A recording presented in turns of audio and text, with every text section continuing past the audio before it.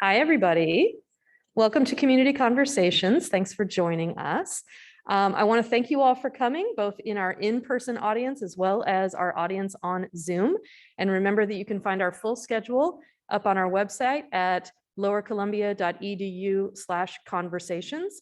That has links to previous events, so you can see recordings. If you missed something from a couple weeks ago, you missed last week's debate, or you want to see what's coming up in future weeks. And I want to let you know that we have a spring series that we are currently developing, and it is going to be on the theme, a sense of place. So we'll have lots of different options, lots of different disciplines and ways of thinking about place coming up next quarter. So pay attention to that. We will get more details up on that on the website once we get those hammered out. But today I want to welcome a new speaker. Very excited to bring somebody new into the Community Conversations fold. We have Bryanna Kowalski. She is the Infant and Early Childhood Consultant for LCC's Head Start, Early Head Start, ECEAP program. She's worked with LCC in a variety of roles in this department for 12 years. She's a licensed mental health counselor, a child mental health specialist, and has her infant mental health endorsement. In addition to this role, she has worked on call for community crisis response and has provided outpatient mental health treatment. Please welcome Bryanna Kowalski. Hi, everyone. Good afternoon. Thanks for that introduction, Courtney, and for having me here. So as Courtney said, I'm a first-time timer at this, so bear with me as I learn alongside you all. And I welcome those that are joining here in the room, and then, of course, those who are out there on Zoom. I'm working on taking a lead in a practice that I've been able to participate in some of my mental health work and some of my continuing education settings called a land acknowledgement. And some of you might be familiar with that, but I'm just going to start our time with a land acknowledgement. And it's a practice of acknowledging the Indigenous and Native people that cared and lived on the land that we now inhabit. So before we get started, I want to acknowledge the land of the Cowlitz. The Cowlitz tribe have a legacy of an ancient people in Southwest Washington, rich with descendants who manage a growing portfolio of health, education, scientific research, housing, transportation development, elder care, conservation, and legal issues. Tribal members engage in rich cultural practices of old Cowlitz lifeways, such as the smelt, the salmon, and the river ceremonies, and they're a significant employer and contributor to our local economies.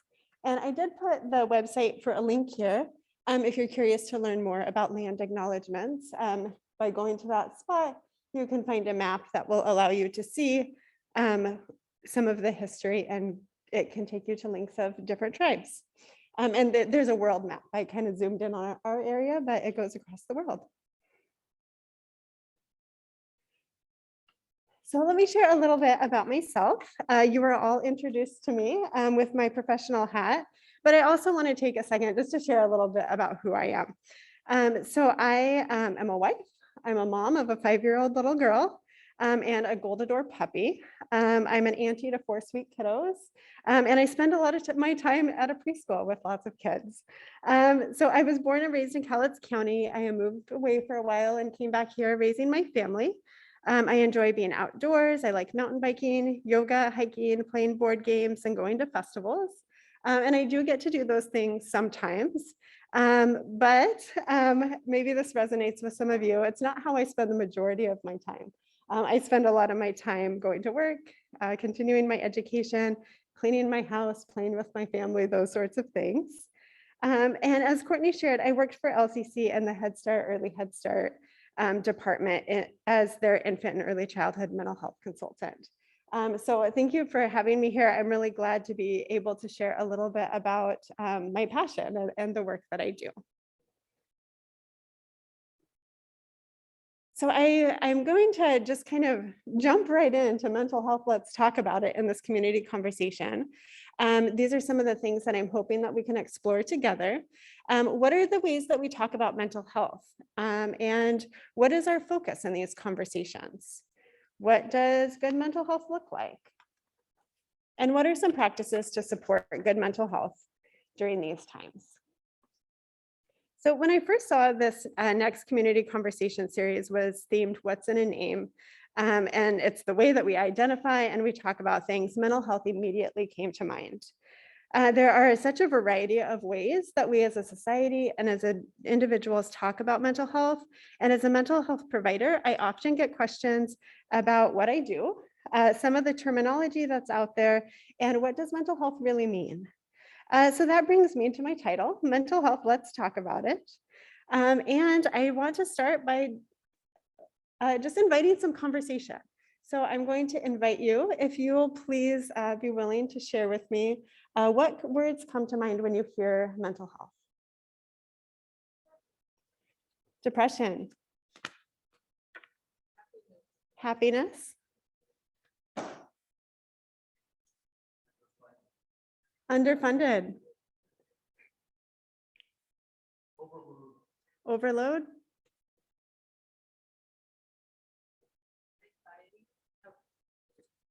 Anxiety.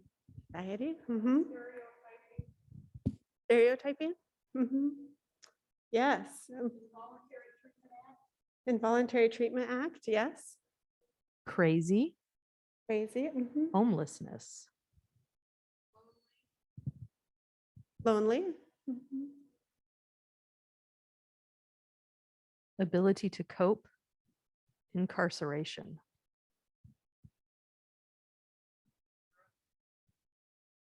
Drugs.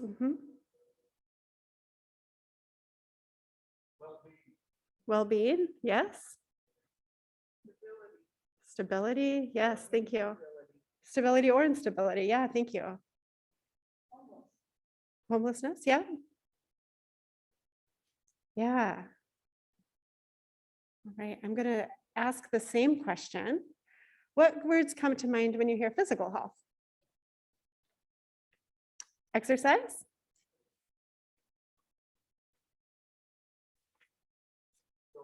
Disability. Strength. Strength. Yeah.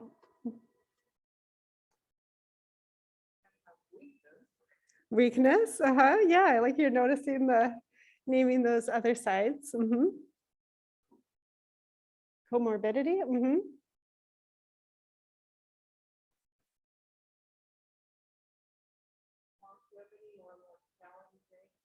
Longevity, mortality rates. Exercise. What was that? Strengthening. Yes. Yeah. Inequality.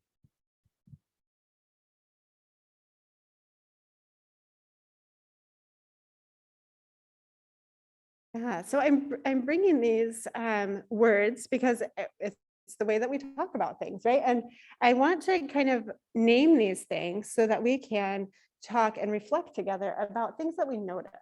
Are there things that we notice about the ways that we talk about mental health, the ways that we talk about physical health that might be similar, things that we talk about that might be different? What do we notice within ourselves when we talk about physical health or mental health?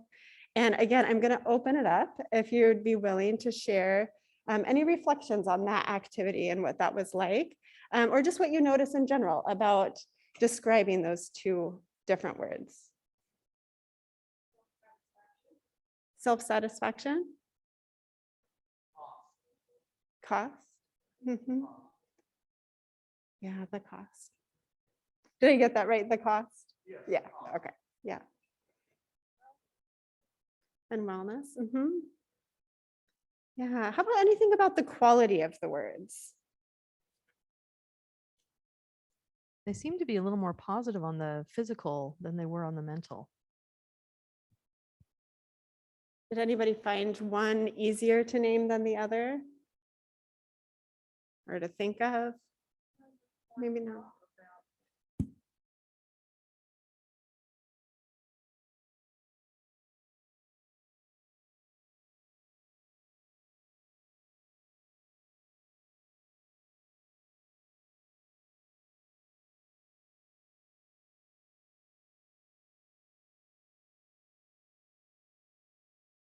Yeah. Yeah. So sometimes what we see first in in the newspaper or maybe even magazines or different articles, or maybe some physical health sorts of themes. We see that maybe more often. Available but lacking. Yeah, for both physical and mental health support. Yeah. Mhm.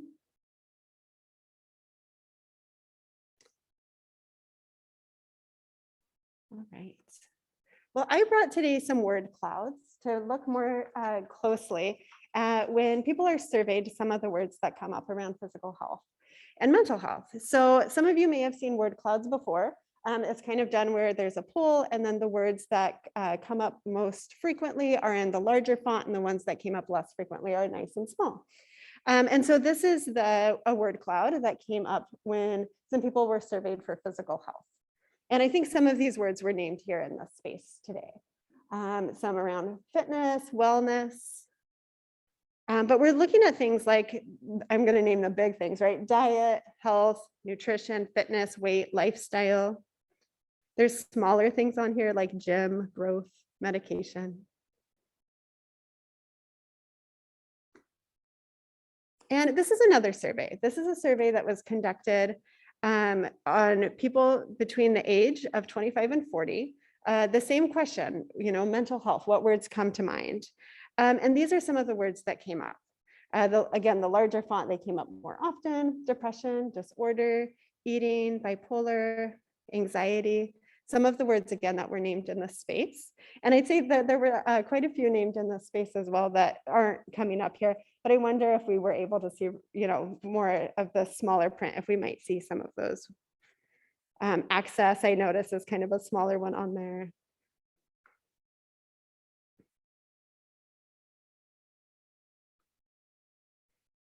So here's another one. And this is an image that they did after a word cloud. So this isn't exactly their word cloud, but this represents the results from a summer 2021 school district survey in Wichita Public Schools. And I use this, they had such a large number. So they had 18,500 staff, students, and parents that gave input regarding the priorities for the 21-22 school year. And of those responses, mental health services were by far the most popular and common response that they were saying.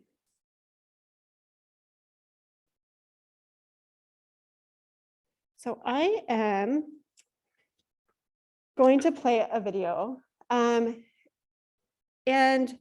with the idea that what we focus on and what words we focus on, we get more of. So let me play this just to describe what I mean by that. Has anyone seen this before? Cool. This is a test of selective attention. Count how many times the players wearing white pass the basketball.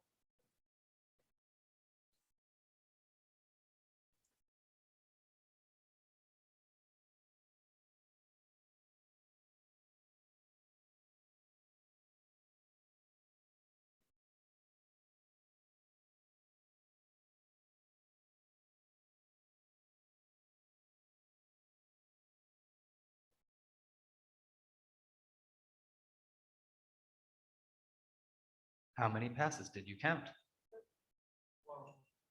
13, 12. Is 15 passes. But did you see the gorilla?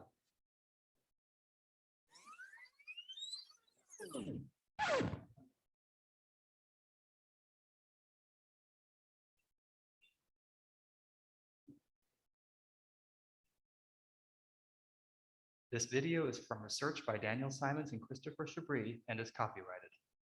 All right. Can I It take is a available for use in talks, training, and teaching on DVDs from BizCog Productions. All right. Anybody mind doing Learn a more show of at hands? invisiblegorilla.com. Let's go. A show of hands. If you did not see the gorilla? The first time I saw it. Yeah. The first time you saw it? Yeah.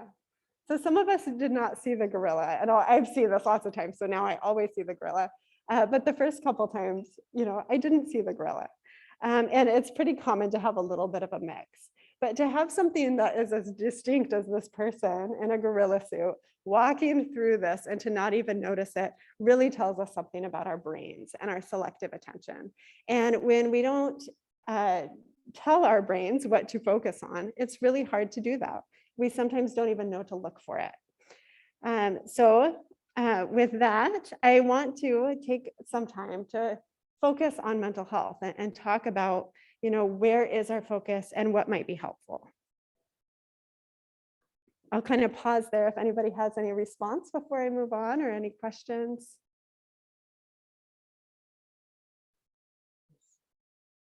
Yeah.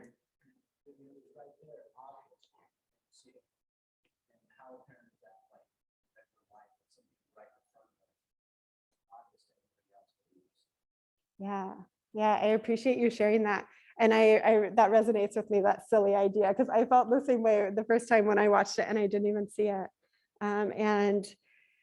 Yeah, just how funny our brains are that we might not even notice that. All right. So this idea is what we focus on, we get more of. And what are we missing when we talk about mental health, and what is the cost or the impact of that?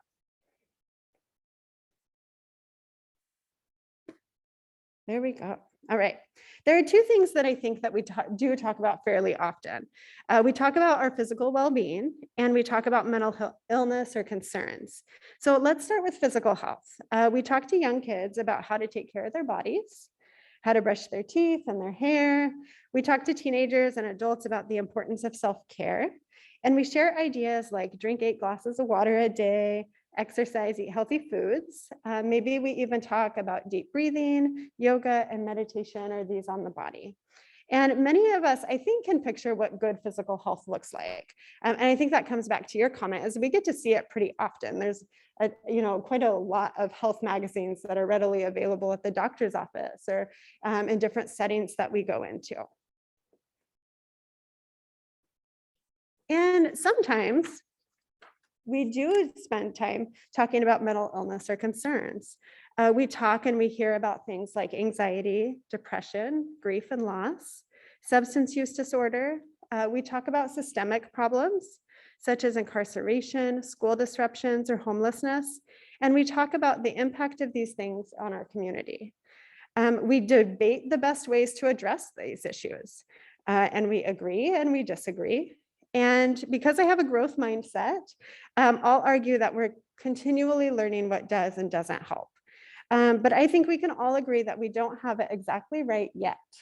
And I'm going to use that word yet, because in my work, it would be really hard to keep doing it if I didn't hold out on hope that we're making some progress. And with that said, I also really get to see the powerful changes that people can make when they have support from their social systems, right? And the people in their lives that love them. When we talk about mental illness or concerns, it doesn't really still give us a clear picture of what good mental health is, despite having these conversations.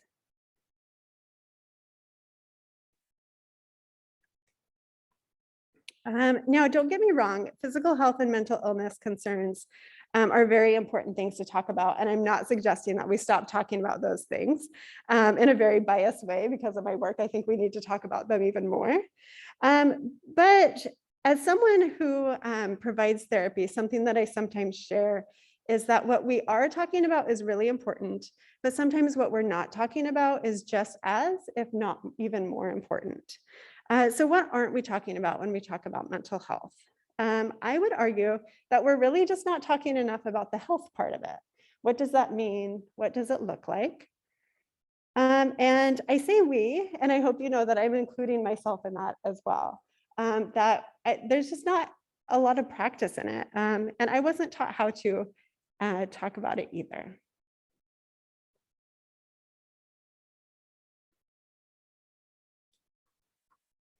All right. So what is good mental health?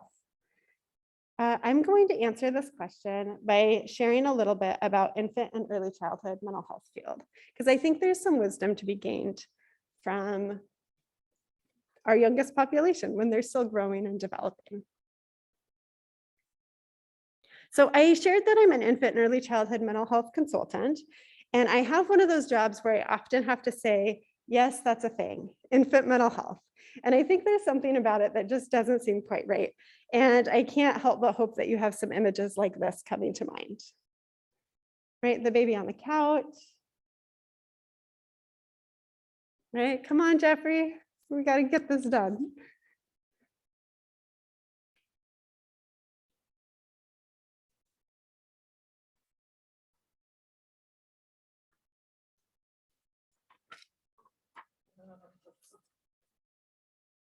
Okay. So of course, joking aside, I think it's really difficult to picture sometimes what it would look like to do or support mental health for an infant or a really young child. What does that look like? Because they don't have the capacity to use language and talk about and name these words that we were able to today. So since they're not talking through their feelings and their emotions and sharing verbally what's happening through them, we know that they're expressing it and showing it to us through their behavior. Infant mental health refers to how well a child develops socially and emotionally from birth to age 3. Are the behaviors showing us that they are able to adapt to their environments? It looks at the building blocks of good mental health, which include quality caregiving relationships. So a little bit about what does my work look like then? I spend my time at the LCC Early Head Start program and the Head Start and ECAP program, providing support to the leadership team to develop policies and procedures that promote social and emotional well-being for staff, for families, and for children. I provide staff consultation if something comes up and they want to talk through a scenario, or I might go into a classroom or families' homes to do some observations and assessments and recommendations for mental health and development, right? I'm looking around and thinking, you know, are these kids on track? Is there some ways that we need to support their development? And this often means supporting parents and staff during times of crisis, stress, or trauma, and promoting resilience to minimize impact on children. And we know children develop in the context of their relationships. We can't take them out of where they are. So we're also looking at that. So there's evidence-based research that says supporting infant and early childhood mental health is worth the investment. So for example, a study from the National Forum on Early Childhood Policy has found that high quality early childhood programs can yield a $4 to $9 return per every $1 that we invest at that age. And a 2009 study by the Perry Preschool for 3 to 5-year-olds showed a similar number for every dollar invested. There was a return of $7 to $12. So I'm saying that to say, if you ever have an opportunity to support early childhood prevention and intervention programs, I hope that you will.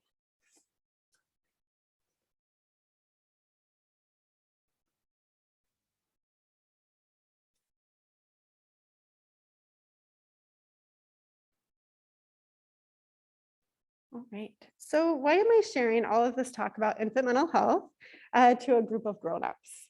I think what's unique about the field of infant mental health is that it's not the infant or the parent that's my client, but it's the relationship between them that is. And I'm looking at that and seeing how it's going and how to support that relationship so that way the child can thrive. So that's how I want to talk about mental health, that it's not the physical ways that we take care of ourselves, and it's not the mental ways that we take care of ourselves, but it's the relationship between our physical and mental health and how we bring that into our relationships that we have with others. That has to be our focus. So that's our gorilla. I'm going to name, like, that's, I think looking at those things and having our focus be there will be very helpful to us.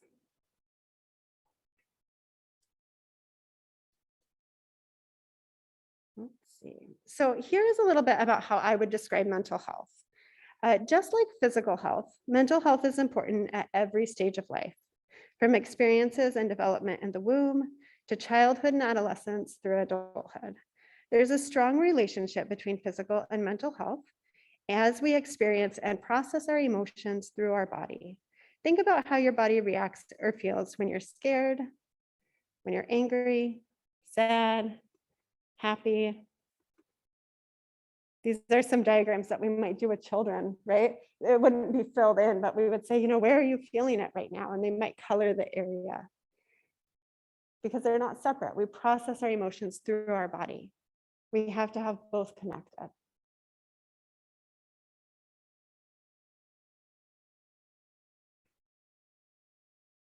And here's a very, very similar image, but instead of anxiety, we're looking at anger. So I think that we know this. We say things during times of grief like, my heart is hurt or it's broken. Or if something really surprises us or scares us, we say, oh, it took my breath away, right? There, we have moments and we have phrases where it comes out, where we say it. That's worked into our language, but it's sometimes not where our focus is. We don't think about, why is that? Why is my body responding in that way? We just are kind of moving around our day and all these feelings are being processed through our body. And we sometimes don't have a moment to pause and be like reflecting on them, right? Kind of holding space for that experience.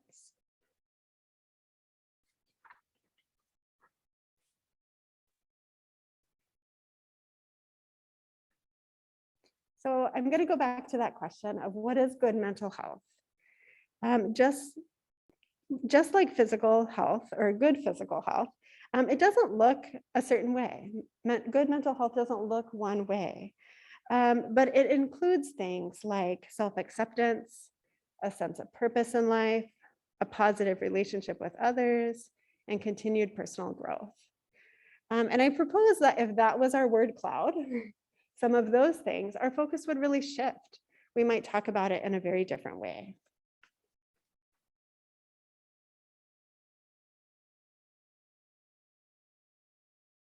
So in infant and early childhood settings, we think about mental health as social and emotional development. And here's what we're looking for to supporting young children's health. And I've listed them out there. We're going to get into some of the ones that are highlighted together. But we want young children by preschool to demonstrate healthy interactions, to express a range of emotions, to regulate their emotional responses, to show empathy for others, to share and engage with others, to demonstrate independence. We want them to display a positive self-image, right? We want them to like themselves. We want them to regulate their attention and their activity level. We want them to cooperate with daily routines and requests and show a range of adaptive skills.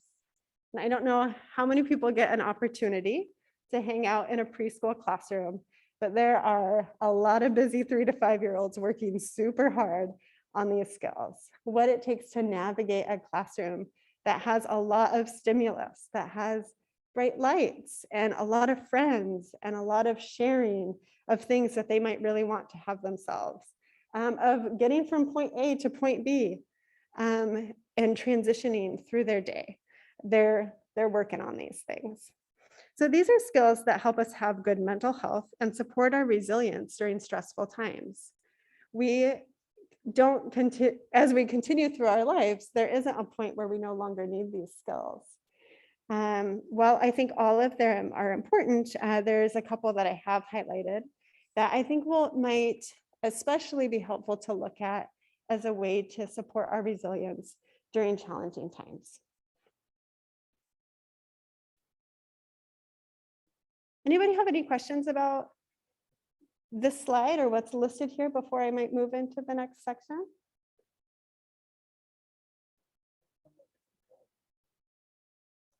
Yeah, I'm going to go into each one individually that are highlighted. So I'm going to kind of break that out.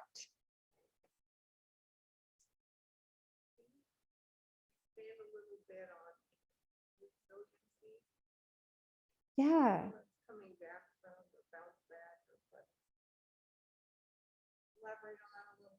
Yeah, I like the way that you use that words of that idea of bouncing back. So resiliency is often when we experience something stressful that we're able to recover, that we're able to bounce back. I'm going to use the same words you did because I think that's a really great description. And there are certain tools that we can access that really help keep us resilient.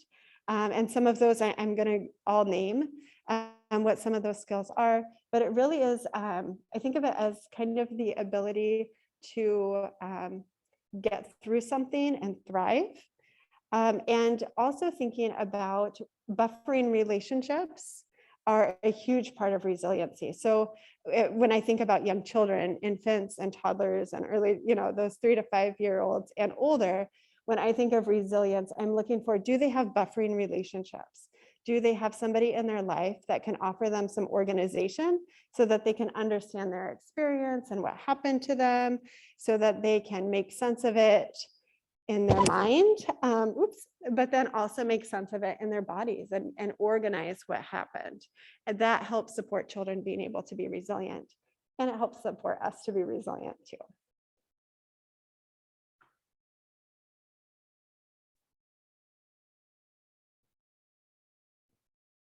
All right. Anything more about that? Thank you for asking.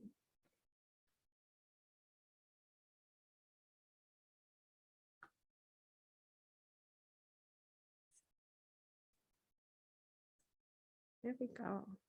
All right, so now I'm going to get into those highlighted ones.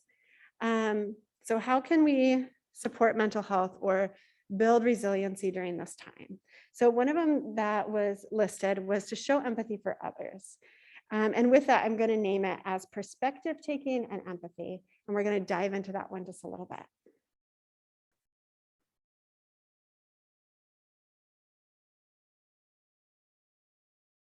Oops.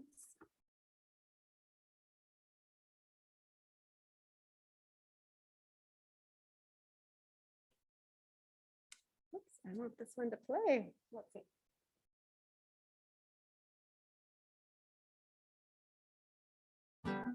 Dear parents, we all know toddlers are so lovely, cute, playful, and messy.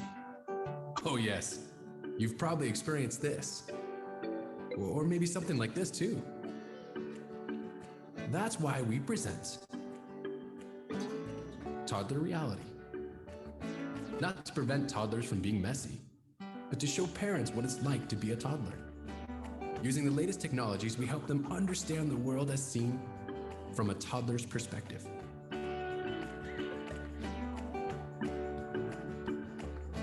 While we have some fun. So when you see a complete nerve-wracking mess at home, remember, you're watching little geniuses learning and working on their skills, balance, and coordination. And maybe testing their limits from time to time. Lego Duplo.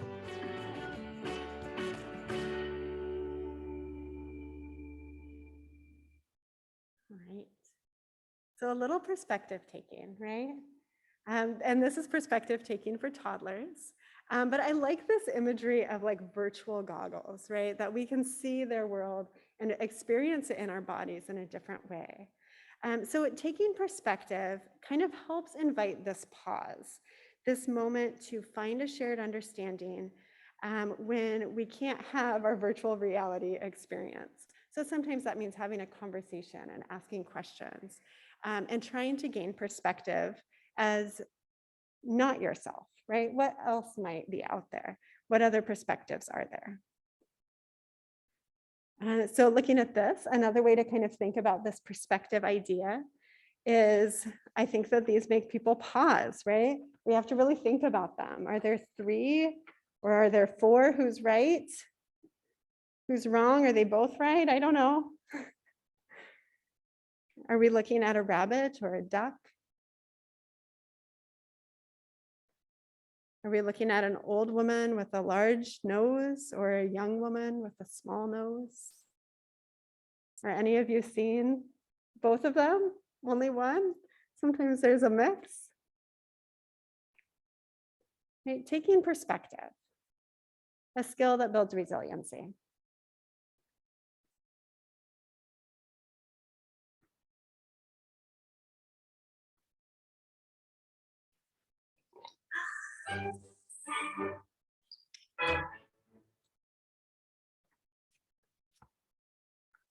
So what is empathy and why is it very different than sympathy? Empathy fuels connection. Sympathy drives disconnection. Empathy, it's very interesting. Teresa Wiseman is a nursing scholar who studied professions very diverse professions where empathy is relevant and came up with 4 qualities of empathy.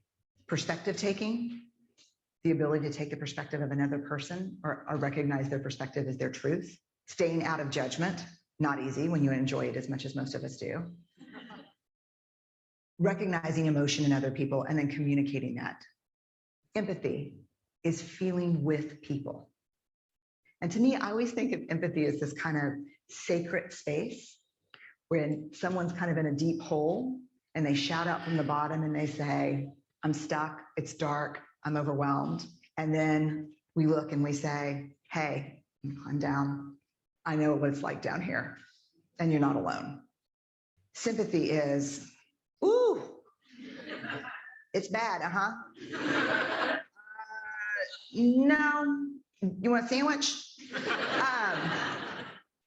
Empathy is a choice, and it's a vulnerable choice, because in order to connect with you, I have to connect with something in myself that knows that feeling. Rarely, if ever, does an empathic response begin with at least. I had it, yeah.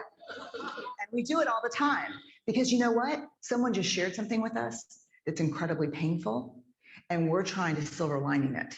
I don't think that's a verb, but I'm using it as one. We're trying to put the silver lining around it. So I had a miscarriage. Oh, at least you know you can get pregnant. I think my marriage is falling apart.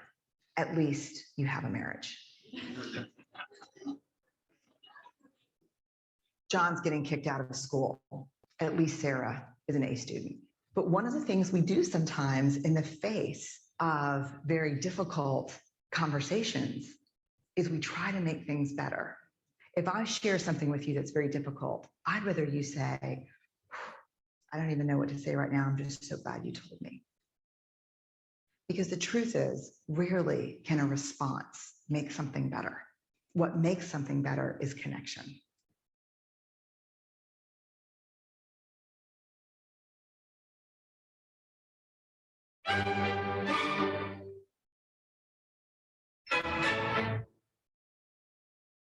All right, so a little video about empathy that I just shared there is by Brene Brown, and she has multiple books on the topic and some others as well around leadership. And I really appreciate this description of empathy and the cartoon and the sense of humor that she brings to the topic. But thinking about empathy and thinking about that perspective taking idea and knowing that we're looking for that development in young children, and then watching a video like this, I think we can really quickly see what a powerful skill that can be for us as adults as well, and supporting our resiliency. The next one I'm going to highlight a little bit is regulating emotional responses. So with this, what I think about is kind of this idea of building up your coping skills box. What tools do you have to access because you've practiced them before a stressful moment? Can you pull out during times that are hard? So what that looks like is a variety of things.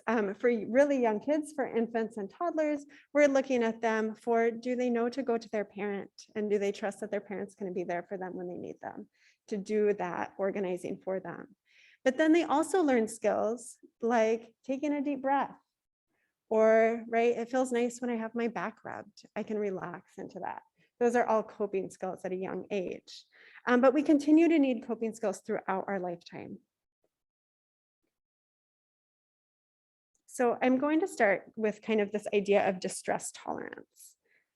Good mental health includes distress tolerance. Distress tolerance is a person's ability to manage actual or perceived, it can just be something that you're thinking about, emotional distress. It also involves being able to make it through an emotional incident without making it worse, right? Without making it bigger. People who have low distress tolerance tend to become overwhelmed by stressful situations and may sometimes turn to unhealthy or even destructive ways of coping with difficult emotions. So things are not always going to go well. So when they're not, can you cope? Do you have those skills?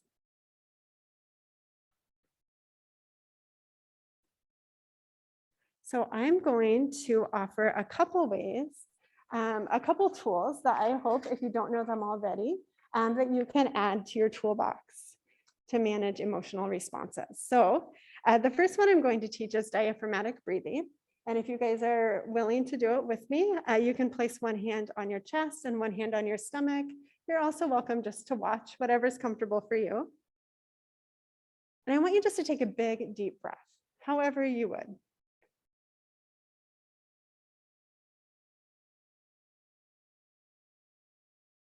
And keep in mind which hand is moving when you do that.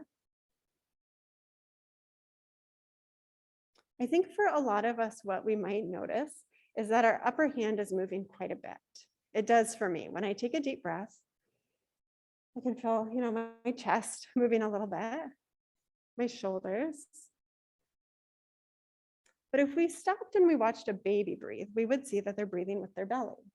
They're laying there in their crib and their belly's going up and their belly's going down and it's going up and down. And that's diaphragmatic breathing. And babies do it. And as we get older, we develop habits where we start to use muscles that are intended for other things for breathing. So the diaphragm is a muscle that sits right under, it's that kind of light purple one there that sits right under our rib cage. And it's there in its place. And what happens if we breathe in and push our belly out is that our diaphragm drops and our lungs have more space to expand and take in more oxygen. It takes in about 12% more oxygen. And when our body has more oxygen, it sends messages to our brain that says, hey, everything's cool. No need to panic. No need to worry. And it calms down our physical system. So I'm going to do it a couple times. If you're willing to breathe with me, you're going to breathe in, your belly goes out. Breathe out, your belly goes in. Breathe in, your belly goes out. Breathe out, your belly goes in. So I think for a lot of us, I'm going to make an assumption that it really takes some thinking to be able to accomplish that. And what is interesting about the diaphragm, other than the way that it functions so that we can expand our lungs, is also it's the only muscle that doesn't have a secondary job other than breathing. So our chest and our shoulders and our other things have other jobs to do, where the diaphragm, this is what it does. It's really good at breathing. And if we could access that and use it more, it's a nice way to be able to calm down our system. So if you didn't know that one already, I hope that it's a helpful tool in your toolbox. Any questions about it before I move on? Thank you to those that practiced it with me. Another distress tolerance tool is some grounding exercises, and there's a lot of different ways to do grounding, and you might have heard of grounding. There's a few here. This one really quickly, touches on some highlights around thinking about how to ground your body. You can use your 5 senses, self-soothe, observe, breathe, and distract. And there's some different activities for that as well. And I'm going to invite us to do one together in this space. So the reason why I've picked these two, I should share, I picked diaphragmatic breathing and I picked grounding exercises because you can do them anywhere that you're sitting, standing, walking. They're accessible to you all the time if you know how to do them. And people don't necessarily know, right? They don't necessarily know that you're engaging in a different sort of breathing all of a sudden. So if you would like to join me in this grounding exercise, I'm just going to invite you to take a moment to get comfortable in your seat. You might place your feet flat on the ground, letting the floor provide you with a little bit of stability. Feeling your body in your chair, letting it support and hold you. If there's any muscles that are working that don't need to be, let them relax. If you catch your shoulders are up towards the ceiling, they don't need to be up there, you can let them fall. If your fingers or your toes are tight, you can let them relax. So that's a little bit about what we might call finding your comfortable seat, right? Letting yourself soften a little bit. And now I'm just going to invite you to name 5 things that you see in your mind, just kind of looking around. What are 5 things that you see in this space? Could be the floor, the lights, papers on the table, a chair.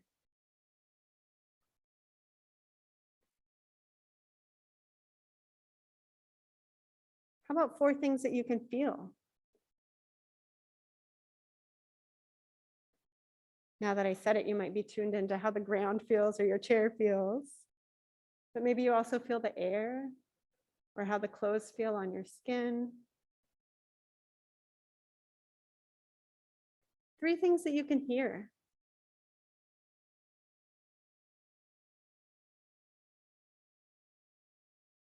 I can hear some electronics. Maybe some of you do as well. Maybe you hear, some writing utensils or some tapping. 2 things that you can smell.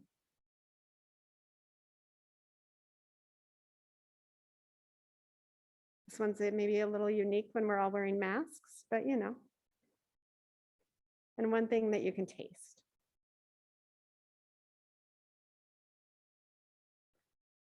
So there's 1 more exercise that could be added to your toolbox. That's just a simple grounding exercise. And, this was going through all 5 senses, but you could also just pick a couple that are your favorite. There's some like looking around and finding 4 things that are green, or some people carry around a worry stone, if you've heard of that. And it's just something that you can touch and pay attention to and feel to connect yourself to your body.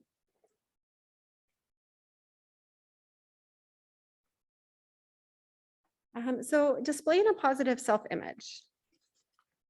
So this is the idea of practicing self-care. So I have a few ways that you can practice self-care as a way to support your resiliency during these challenging times. 1 is occupy your mind. Take a brisk walk outside, catch up on chores or home projects, keep in touch with friends and family. Try a relaxing activity, yoga, stretching, taking a shower, reading a book.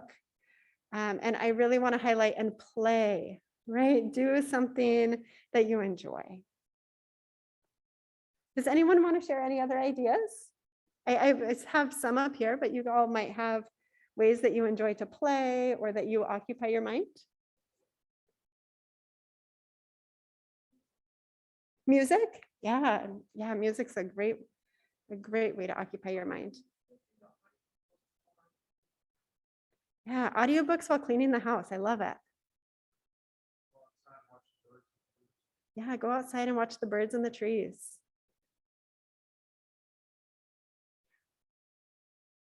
Yeah, getting connected with nature.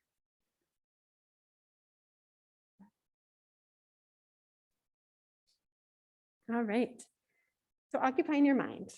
The next way you can take care of yourself to support good mental health and resiliency is asking yourself when you have thoughts, is what I'm thinking helpful or harmful?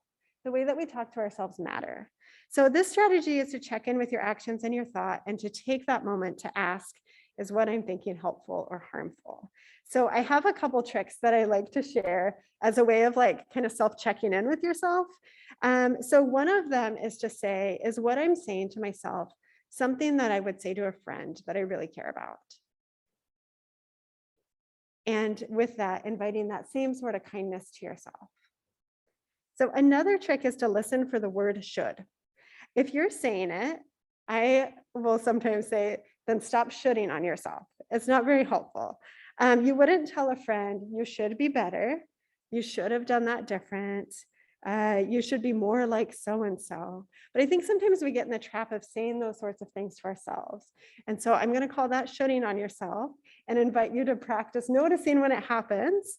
And it happens to all of us, right? Our brains do that. And our brains tell us stories all the time that are sometimes true and sometimes not true.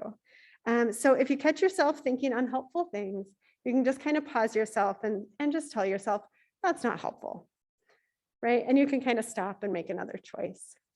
And the trick is, if you catch yourself doing it, don't beat yourself up. Be kind to yourself for that too and say, oops, and move on. So also this idea of phoning a friend, and I'm using this as kind of a general thing, but this idea is to reach out for support when you need it. You have the right to communicate your needs, set limits or say no when your plate's too full, and the right to ask for help. Phoning a friend can include people in your social circle that you know that will be there for you, that are kind, but it can also include professional support. People in your life like teachers, advisors, mental health counselors, doctors, etc. And have some variety in the people that you can go to, because it requires, right, a lot of different sorts of skill sets to be able to support that. And not everybody has the same skill sets. All right, I'm moving into my last one here. So demonstrating healthy interactions. And with that, I want to talk about the practice of community care. So I don't like to talk about self-care without also talking about community care. Self-care is not enough. We need community to thrive. Pandemic fatigue is real, and shouting self-care at people who actually need community care is sometimes how we fail people. So the idea of community care essentially is to use our power, privilege, and resources to better the people who are both in and out of our scope of reach. That can be a friend, a neighbor, a colleague, or a member of an organization that you spend time at. It can also look like activism, practicing anti-racism, calling out injustices, donating to organizations, or just simply asking somebody, what do you need and how can I help you? In turn, when you offer community care, you also receive help from that community that you're a part of. Community care is the foundation of togetherness, and by cultivating it, we're better able to support our well-being, our communal mental health, and that of our loved ones as well. I have some practices here for community care, with the idea that you could check in with those around you regularly. Take time to empathize, right? To understand and connect with the emotional experience of others. Make a specific offer, right? Can I help you with this? Can I do this thing for you? Can I do it with you? Prioritize the well-being, rest, and self-care of others. Socialize for real, right? Be present with others to connect and enjoy each other's company. And last, to intervene. Step up if you witness harassment, discrimination, or other hurtful behavior.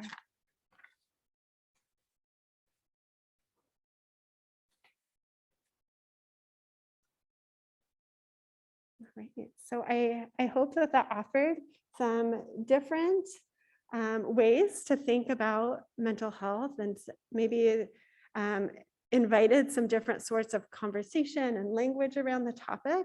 I'm going to end there and open it up if there's any questions, comments, thoughts that anybody would like to share. Yeah.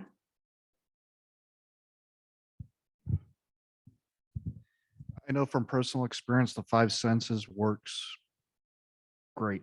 I was at a WWE or F event, and it's been a very long time since I was at a wrestling event, and I was downrange, had PTSD, but I've learned to manage it through therapy, and that's helped mental health therapy. And one of the things I learned was the five senses.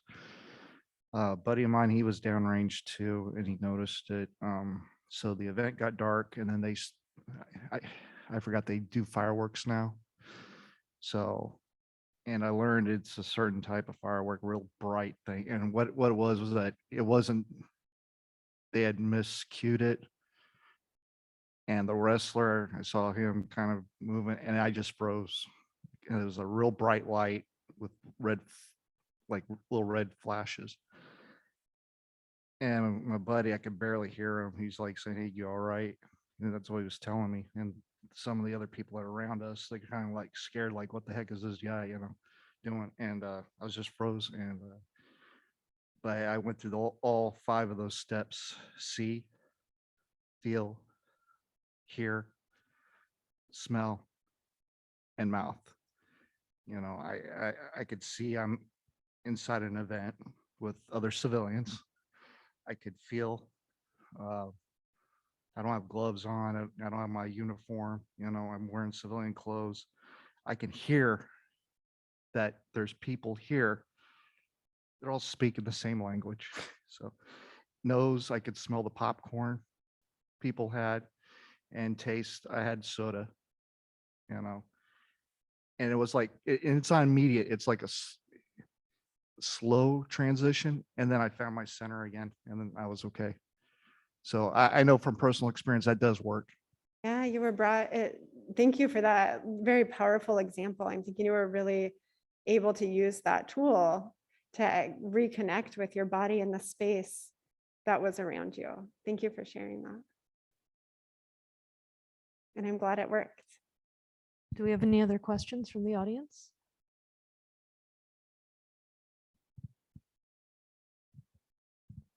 Okay, we do have one. Here we go. I do notice that there is starting to be a shortage of mental health professionals. How much of a toll has it been taking on them? I mean, are they starting to become patients themselves? Because it's not that they're overload, but also the stress of money management, being home with a significant other that you'd otherwise not, and other matters, probably more family. Yeah. Yeah, right. Our mental health providers in our community are human too and impacted by the changes and the recent events, just like everybody else. I know one of my things in my training that was really strong is that it is part of our ethical practice as mental health providers that we engage in self-care and community care. And so, with that, I think that there's a lot of time in training and talking about how to manage those things when we as the providers are maybe feeling things like compassion fatigue or burnout, and things for stress reduction, and access a lot of the same tools that we might offer to others in those times. Okay, well, thank you so much, Bryanna, and thank you to our audience, and please come again next week. Thank you.